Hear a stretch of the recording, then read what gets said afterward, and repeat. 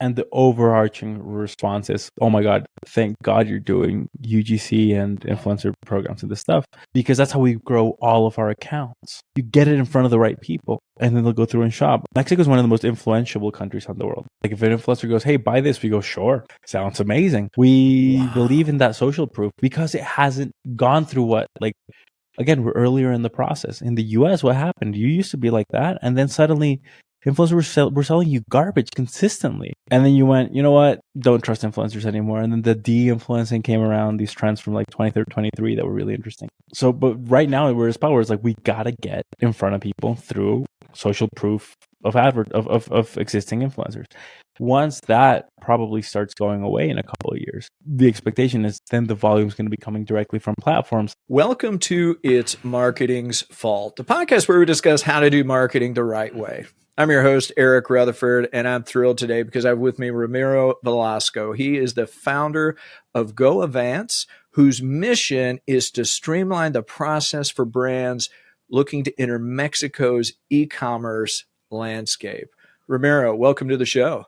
Eric, thank you so much for having me. I'm just going to say right off the bat, these intros always make me uncomfortable because I'm like, yeah, that is our mission, but it sounds so, you know, over the top. But no, you made it sound really good. Like I believed it. I'm like, yeah, that is what we do. I read the book. You wrote it. So that's all it is. Yeah. I believed in what you said. I'll tell you what, like, we're here to talk marketing. Someone that like hates promoting their own product is a little bit silly, but yeah. No, that was great. Thank you. No, I'm so glad to be here. By the way, we've been for anyone, like for everyone that's listening, we were chatting like 10 minutes before we started recording. So we're already off to start. Like you guys. Oh yeah, this is cool and relaxed, and yeah, we're just chatting. So I gotta ask. So what prompted you to create GoAvance? And was there like a eureka moment?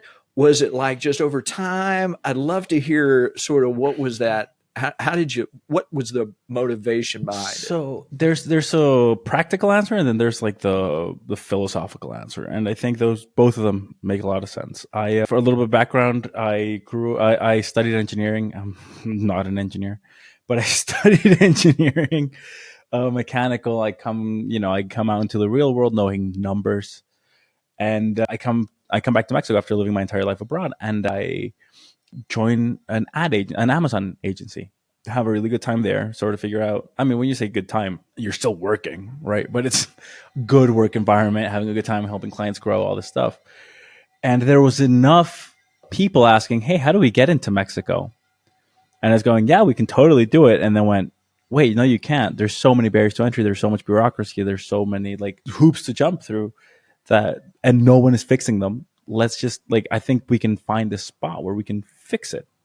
So that's like the very practical answer. What I will say though is I don't think there ever was this eureka moment, and something that anyone that knows me will realizes eventually is I'm not very good at self-diagnosing. I'm not very good at knowing sort of what's going on in my brain. I'm a little, I'm just like a dog following a bone. I'm just like, oh my God, we can do this thing and this thing and this thing, and like that's it, right? So it came to a point where my previous bosses, like we were talking about, like let's do something new, and we actually did an agency in Mexico. So we didn't go straight to the GoAvance business model. Let's do an agency in Mexico, and then as we were working, we realized, wait a second, like that other thing is so much better. There's so much noise coming through. I'm so sorry. Can you hear it? Are you picking up on that? No? Okay. I love this microphone. And it sort of was like this slow transition of going, hey, let's stop signing clients. Let's start focusing on this distribution business model that we came up with, because it seems so much more scalable. It seems like there's more of an upside and whatever. But I never had that eureka, this is the move.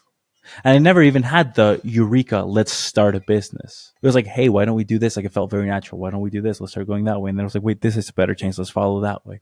So it's very in line with my mentality for my philosophy on relationships, which is what's your goal with a relationship? To hang out until we don't want to hang out anymore. That could be a day. That could be until we die. Right? That's ultimately it. It just depends. It just depends. So it's like, what's the plan here? Well, we have plans. We have quarterly goals. We have 5-year plans. We have all of this. But when was there a eureka moment? No, it felt natural to keep going down the line, you know. But it feels like it's a perfect storm around me, and I just happen to be here. Oh, that's awesome. And one of the cool things on the GoAvance website, use this language. We bridge the gap between marketing agency and distribution. And I'd love for you to just elaborate on that a little bit more because it sounds like barriers between, to get into Mexico. So it's more than marketing. It's more than a bunch of things. It sounds like it's a process. Would you just elaborate on Yeah, that? yeah, absolutely. So we bit off more than we could chew originally. We're up to speed now. Everything's working beautifully. I'm so proud of me, my team, the process that we've built, everything. But we realized two things. One, not like very few people are selling in Mexico. Not enough people are selling in Mexico. So that has to be bridged. And then we realized once we bridge that gap, you're not going to sell diddly squat unless you're marketing it correctly. But the idea of me entering this unknown market as a seller and going, well, I don't really know anything about my market, and then going to my agency, and then they go, yeah, sure, we can do an extra marketplace for another $1,000, $2,000, $3,000. You go, all right, now the barrier to entry to the country is no longer bureaucracy. Cool, GoAvance dealt with that. It's no longer importing. Cool, GoAvance dealt with that. Now I still got to spend thousands of dollars to try to get this off the ground. And it's like, well, what this leads to is a lot of sellers don't want to enter the country because it's just too much of a headache. And it's partly that I have this agency background. That's like all I care about is marketing, is selling, is getting that top line revenue up. It's like, so we went, well, if we can import the product and run it through our marketing pipeline, which involves obviously your copy, let's SEO optimize, for Amazon, Mercado Libre, different ones. And you got to make the images, and you got to make the A+ content. But then, we were doing that and we went, well, this isn't enough. A lot of volume isn't coming. And then we went, you know what we got to do? Like we started analyzing the trends of how local consumers are shopping. And then we went, we have to get them off platform. Amazon, Mercado Libre, they're still growing. But there's people out there that want to buy stuff and they just don't know it. So then we had to go the UGC route, the meta, the like try to get you people in. But it's always been problem solving. It's not like, this is listen, we built all the stuff that generally works in the US. It's not getting us results. Next step, let's get the off-platform traffic. Oh my God, that's working amazingly. Cool. I guess we're now if I'm going to talk corporate, it's an omni-channel turnkey solution. You know what? We hate that. It's just, if you don't make money, I don't make money, so I got to make you grow. I just got to find the place where people buy your stuff. That's exactly. and if I'm only going to charge, because we're very affordable in what we charge because we want to pass those savings on to the consumers, not to our clients, to the consumers.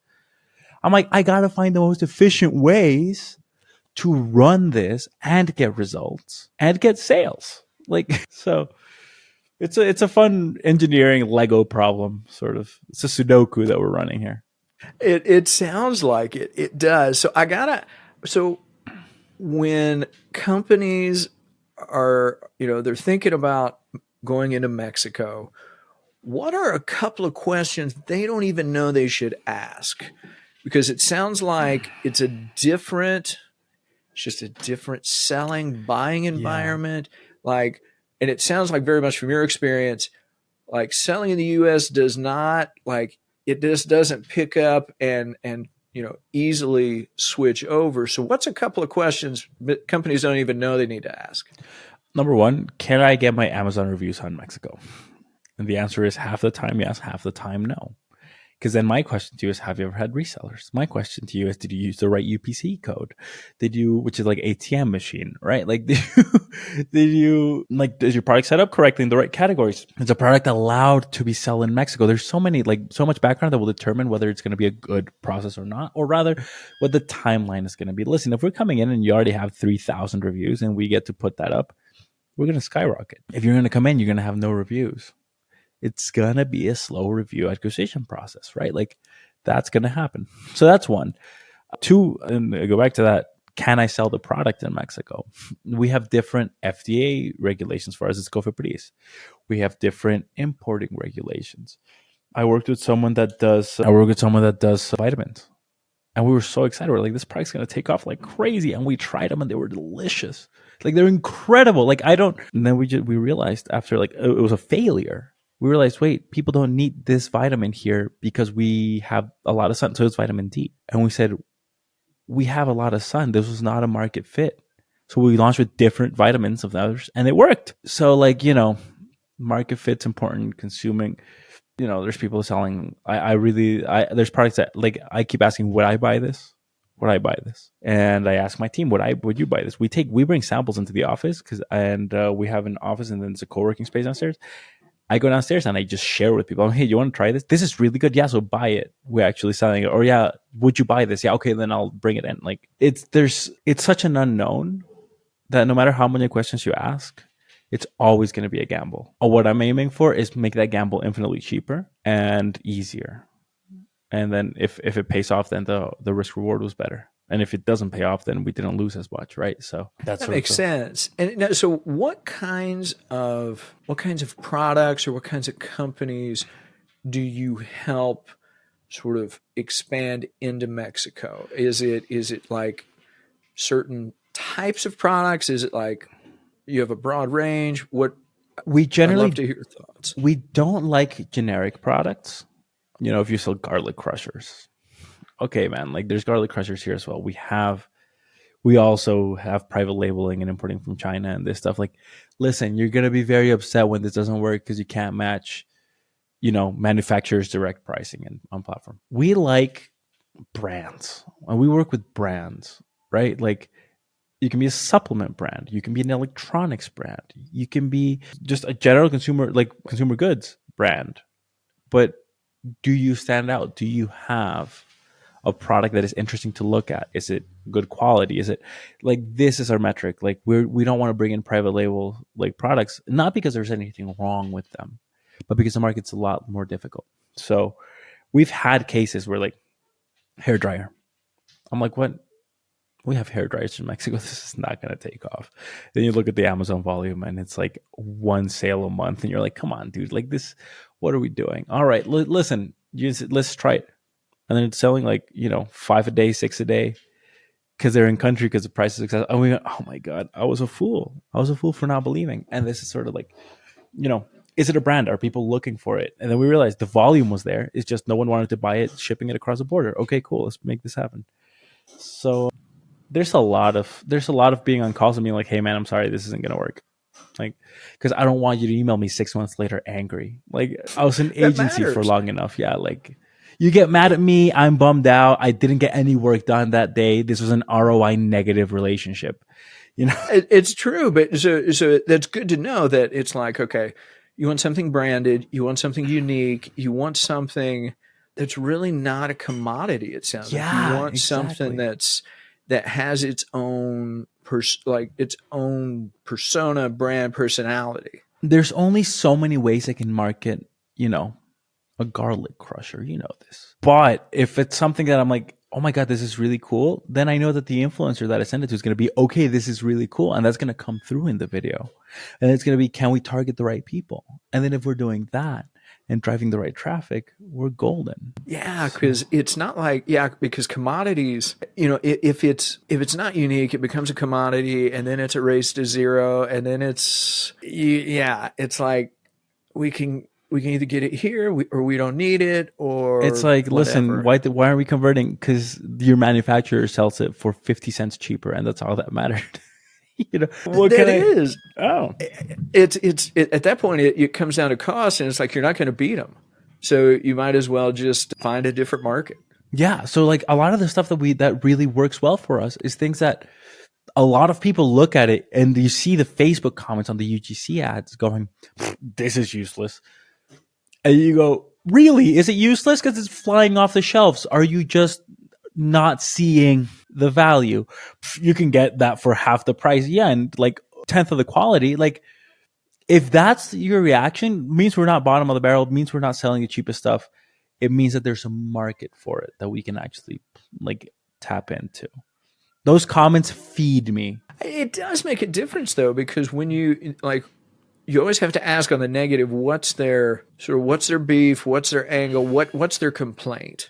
Yeah, And sometimes the complaint is like, okay, yeah, I can find a cheaper one. Okay, that's cool. Go get one. go get one. So right now, I'm a huge fan. Absolute. Oh my god, I'm a huge coffee nerd. Like I pick the grain, pick the method. It's lame. Like it's not cool to be a coffee nerd. It was like 10 years ago. Now it's just a thing. I'm a huge fan of AeroPress as a product. AeroPress, I don't know if you're familiar with them. You put your grounds in, you press it down, and you're through pressure, you're making like a half espresso, half Americano, like on the go anytime. It's delicious. Wait, what's it called? I'm sorry, I gotta write this one down. Aero, as in like kind of air, AERO, PRESS, AeroPress. Okay, Absolutely massive. and in the they're not world. they're not a sponsor, but you know what? If they want to, that's okay. Hey. Like there's not.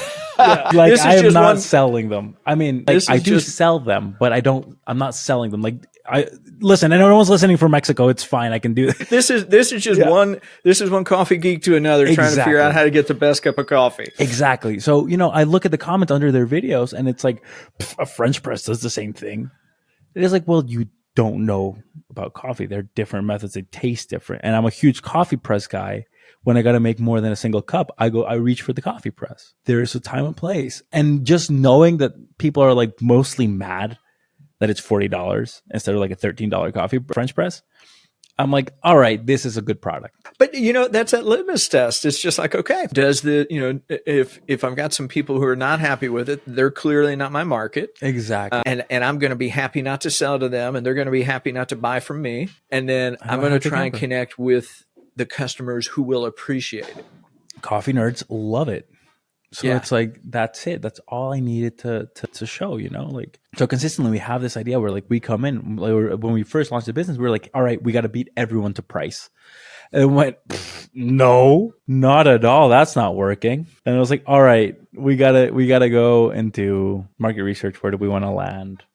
What's the perceived value? What's our actual competition being at? Like this kind of stuff. And just seeing much better results. I think that's key. I think, regardless of what you're doing, I think there is this misconception, and I'm guilty of it. This idea of I got to be everywhere and at once, and it's not practical when you're starting out. It's definitely not practical in the first few years. I mean, the companies that are everywhere, they're so big, right? You're with the smaller you are, the more strategic you have to be.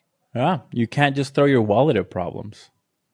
No, you gotta pick your battles. And so I like how you distinguish that. So let me ask, e-commerce in general, how is it different in Mexico than say in the US or in Canada or in Europe? How is it different? One very easy way to visualize it is probably at like 7-8 years ago in the US is what Mexico looks like right now.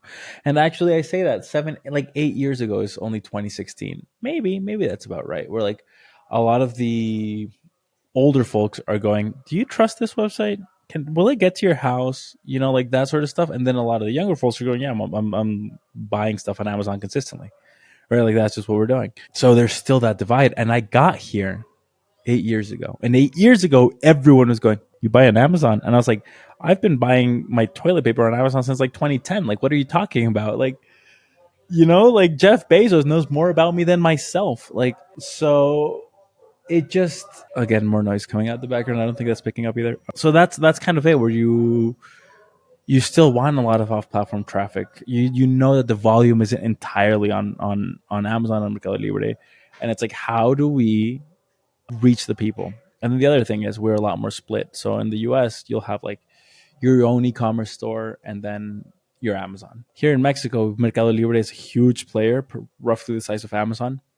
You have Amazon, you have Liverpool, a lot of smaller ones. Walmart is really taking some space, and then your e-commerce sites, right? So it's a lot more split. So the algorithm play, like, oh, well, I'll get rank 1. Of course, that's amazing. But rank 1 is going to get you half the volume. You got to get rank 1 twice, thrice even. So, but that's a good thing to know, because like you say, in the US, it's, you got Amazon and you've got, you've got the brand. If it's split that way, there's more options. There's a different distribution. Yeah.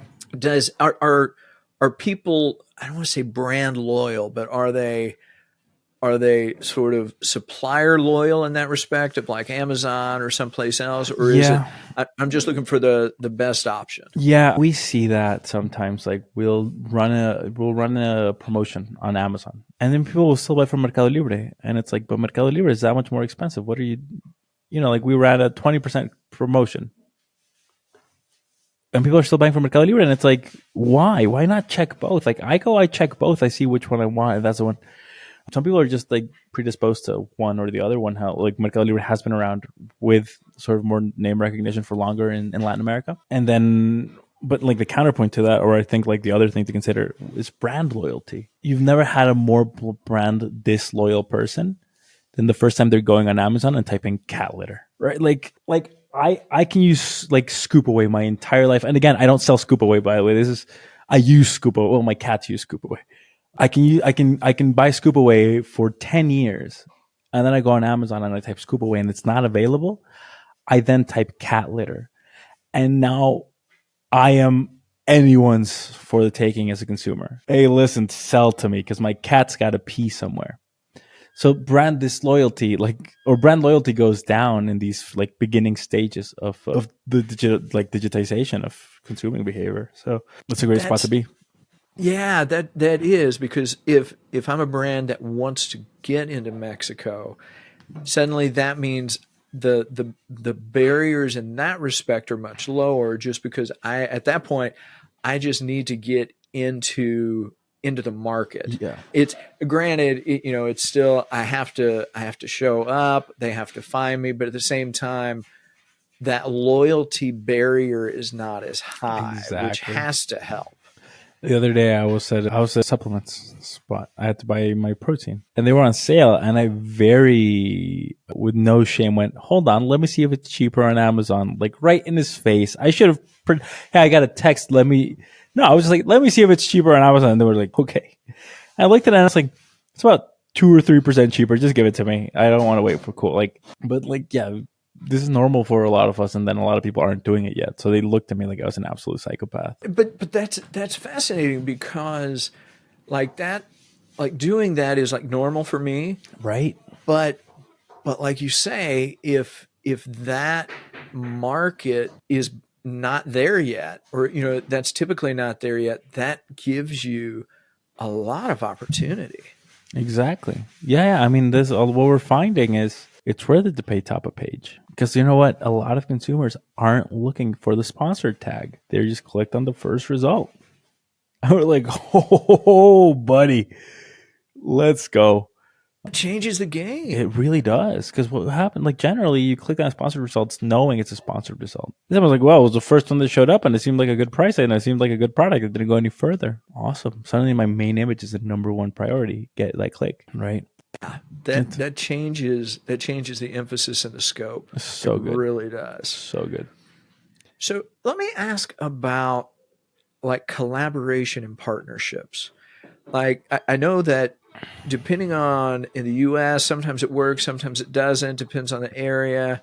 How important is that type of collaboration and partnership in Mexico? And is there something they should do first in order to get that going? Are we talking collaborations like between us B2B, or like brands with collaborating with creators? Let's look at each one separate. Awesome. Let's look at, if you want, let's hit B2B first, and then let's look at creators. Awesome. I will consistently say nothing comes out of B2B partnerships, because the ones that are working out, I just call them my friends. Right? So I have this really distorted reality where I'm like, man, like none of the B2B like partnership calls are really doing anything. And then I realized, oh, that's how I met so and so and so and so and so and so that run A, B, C, and D for us. So no, absolutely, partnerships make the world go round. I think a lot of marketing agencies, like we can talk about marketing agencies, it's like, hey, this guy will charge us, $1,000 to do this. Can we figure out how to do it in house? Can like Joe do it?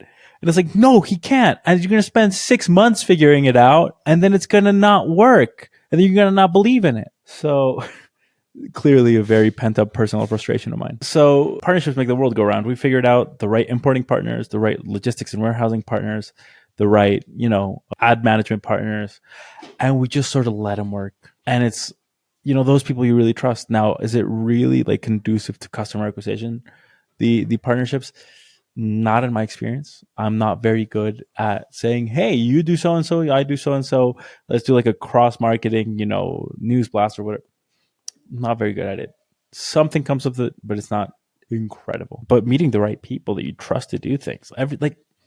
We just outsourced all of our accounting because we were trying to figure out the right process for it. And it's like, yeah, automation and, Python scripts. And we worked on it for 4 or 5 months. And then we met a guy at the co-working that I like working at. And he went, what are you doing? I can handle that. Like, it's so easy to me. I have a whole team that does exactly this. And we went, please go ahead. Indeed. That's it's like, okay, you got it. You got it. I love that. I love that idea with the partnerships. It just makes everything. Now let's hit then the brand influencer type of as well in terms of trying to sell. How's that? Is that necessary? Is it helpful? What's that look like? So I speak to a lot of agency owners here in Mexico, and the overarching response is, oh my God, thank God you're doing UGC and influencer programs and this stuff, because that's how we grow all of our accounts. You get it in front of the right people, and then they'll go through and shop. There was a study, 2021, I think. I can't find it for the life of me. A friend of mine sent it to me and whatever. Mexico is one of the most influential countries in the world. We like it. Like if an influencer goes, hey, buy this, we go, sure. Sounds amazing. We believe in that social proof because it hasn't gone through again, we're earlier in the process. In the US, what happened? You used to be like that. And then suddenly influencers were selling you garbage consistently. And then you went, you know what? Don't trust influencers anymore. And then the de-influencing came around, these trends from like 23 that were really interesting. So, but right now we're at power. It's like, we got to get in front of people through social proof of existing influencers. Once that probably starts going away in a couple of years, the expectation is then the volume is going to be coming directly from platforms. And then the algorithm sort of based marketing is when it starts taking off. That's sort of like the hypothesis. We'll see if it pans out. There's no real way to monetize off that other than preparing. But it's important though that you see that, right? You're able to compare the different marketplaces and say, okay, I see where the US went. I see where these others went. Here's kind of where we are. This is a potential direction. Yeah, exactly.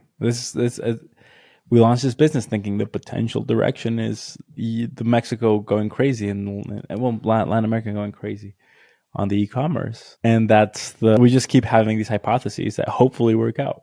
Sometimes it feels like we're geniuses. Sometimes it feels like it's just a parlay bet with like 17 ticks. Oh my word. I get that. It's like, but it's one of those things where you're looking at the landscape, you're looking at everything else, and then you say, this is where I think it's going. And then you say, I'm just going to try it, because if I don't, like you can't analyze yourself forever. At some point you have to try. And then if it doesn't work, then you make an adjustment. I think that's so difficult. And it's something I've consistently sort of tried to work past, which is making a mistake is scary. It's so scary. And like to the point where like sometimes I write an email and go, did I accidentally call this guy a jerk? Or like, what if I accidentally like wrote something mean to him? Like when you worry about that all day, you eventually go, listen, if by some miracle you insulted their mother by, you tripped on the keyboard and you accidentally wrote out like a Shakespearean insult. You know what? If that freak accident happens, I'll apologize. Just click send. Like, you know what I mean? It is. It's one of those where you just try and evaluate as best you can. You make the adjustment, and like you say, as you're looking ahead and where you've been, you're like, okay, we're just trying to take that next step. Literally, and I think personally. I consistently let the perfect get in the way of the good. Recently, someone asked me, "Oh yeah, what's one perfect thing you've done?" And I went, "Oh, dude, you're so right. Like I may as well just mess up more." Oh, no, no, I get it. So in terms of like the next year or so, in terms of e-commerce, I know we're seeing just a lot of technological changes going on, technology is advancing, but at the end of the day, you're also dealing with supply chain and you're dealing with marketing and buyers. Yeah. So do you see the e-commerce landscape changing much over the next year? And I'll ask that on different layers. I mean, that could be the marketing, but that could be even like supply chain and other things like that, where those are not the sexy things, Yeah. right? But like if you can't get goods there, it's really hard to sell them. So Yeah. I just open up the floor to that. I think if by some disastrous event, like whatever the free trade agreement is called now because they changed the name, if that ever went through, like fell apart, we'd probably have issues, right? If we ran into another COVID, right, we'd probably have issues, but who wouldn't? And specific to e-commerce, I think AI is doing a lot of work that we don't like thinking. Like I've been this is something that I think as marketers we need to consider. Is AI good or bad as a selling point? If I tell you, hey, we're AI powered, does that make you think, oh, they're leveraging to the best of the potential, which outdoes humans? Or are we saying, hey, we just throw your stuff in ChatGPT and whatever garbage it spits out, we put up, right? Like, what does this mean? So it's a different perception. It's a different perception, and different clients will see it differently. To me, are you kidding me? We built out and we're rolling out slowly a copywriting machine that is outperforming any writer we've ever had because it has so much nuance, so much complexity, so much understanding. I mean, it doesn't understand anything. It's basically autocomplete on steroids, but it's got such a wealth of sort of like levers to pull that we're finding it's consistently outdoing our humans. But we're not advertising that, because if I tell you AI powered and it's incredible, you go, yeah, GPT is kind of neat, but I don't want my brand being thrown through chip. So then I have to go on and be like, hey man, like what we actually mean is gives us an outline, it gives us this and so, and then it's run through this editing and this, and then a human looks at it, makes sure that it really works, sends it back, and then it's not. It should be sexy, but it isn't. I agree, and it's one of those things that it's for me, and this is just me and my perspective. It's like I would rather omit the notation, adding it as part of the brand, just for simplicity's sake. Yeah. But like you say, like some people will think, okay, they're maximizing their time. They're trying to do as much as they can.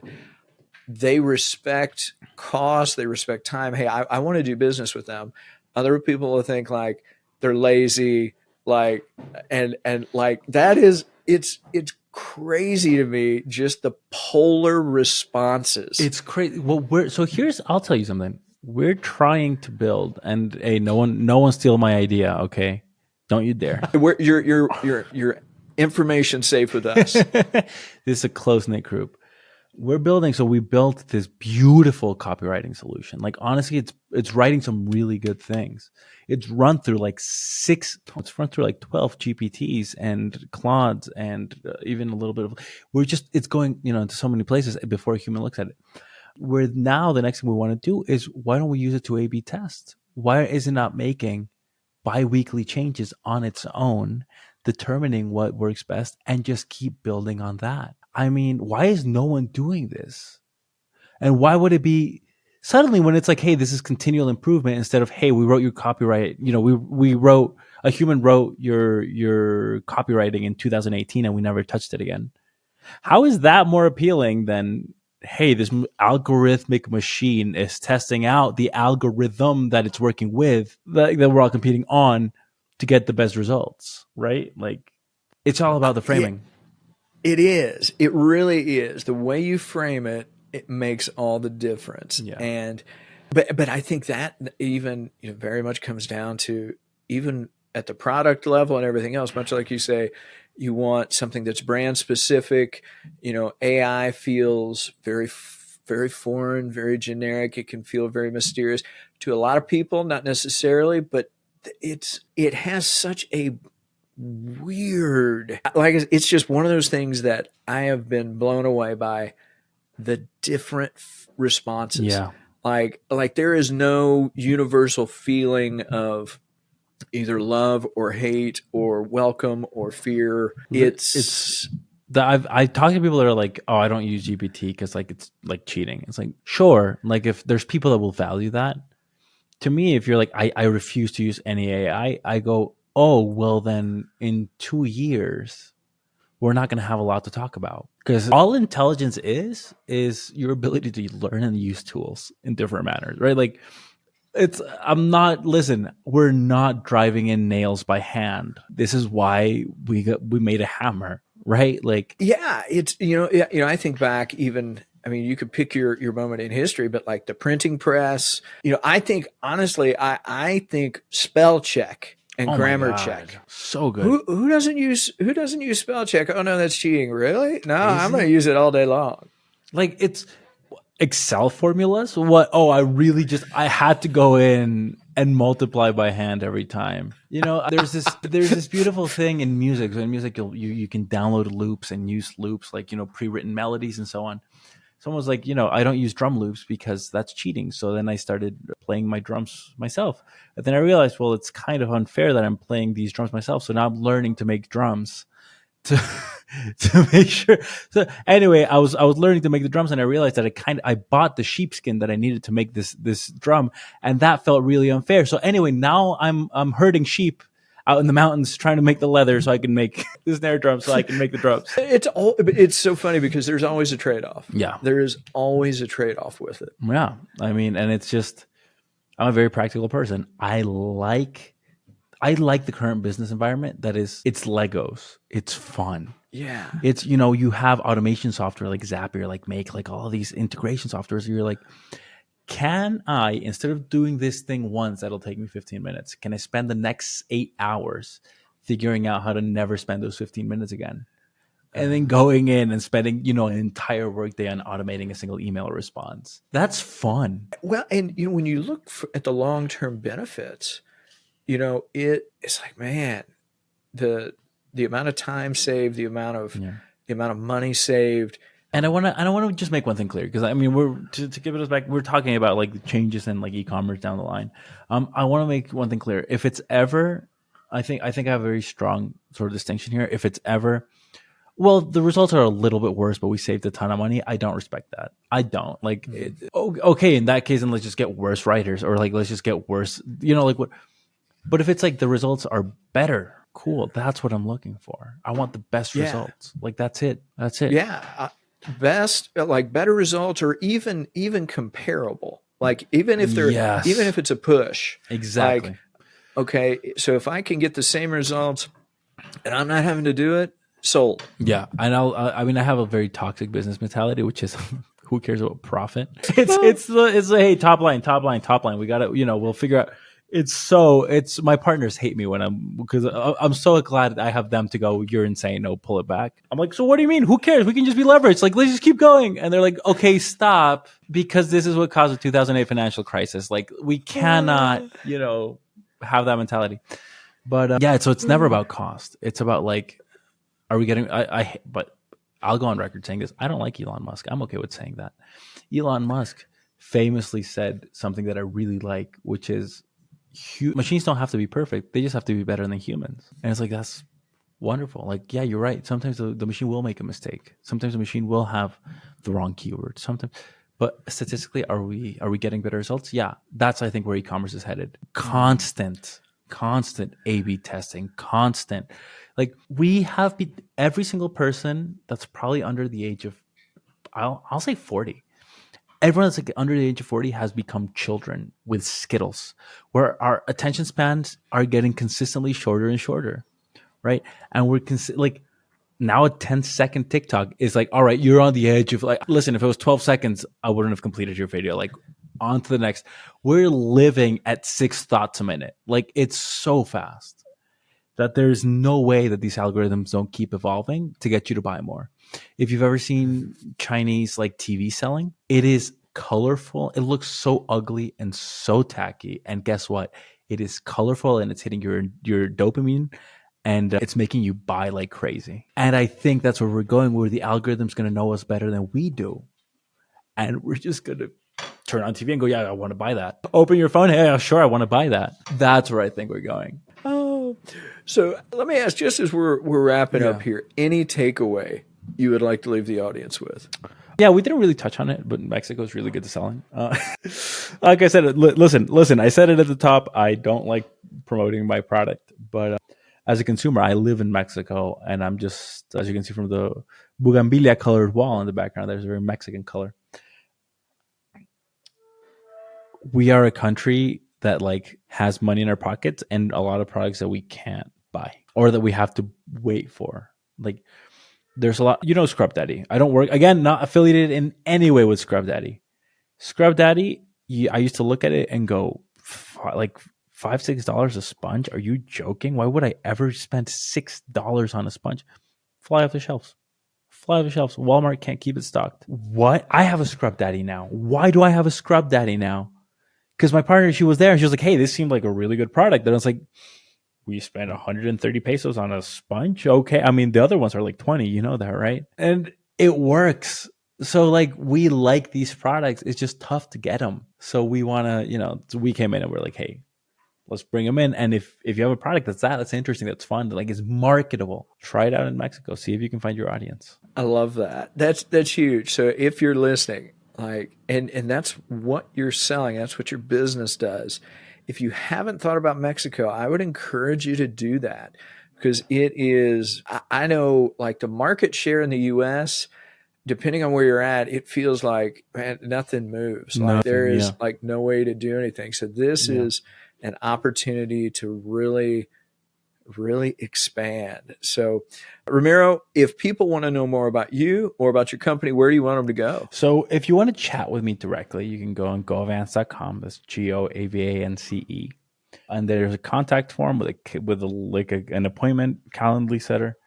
That goes directly to me. I have the hubris to have my Calendly open, which is just not great. You can always reach me through LinkedIn, Ramiro Velasco on LinkedIn. I post a lot. I mostly chat with people there. I'm very clearly sort of anti-corporate, but you have to be on LinkedIn. Yeah, or email info@GoAvance. I have the generic one. So everyone else on my team and all my partners, they have their own emails and they all look very nice. And I'm info. So we want to chat with info right here. But that gives you the opportunity to outsource that email at some point in time. Oh, the dream, the absolute dream is one day reach inbox 0 and then be like, now it's your turn. Oh, I love it. So if you're listening, all those links will be in the show notes. Definitely reach out to Ramiro. Check out GoAvance. They're doing some wonderful stuff. Ramiro, this has been a ball. I've laughed a lot. I've learned a ton.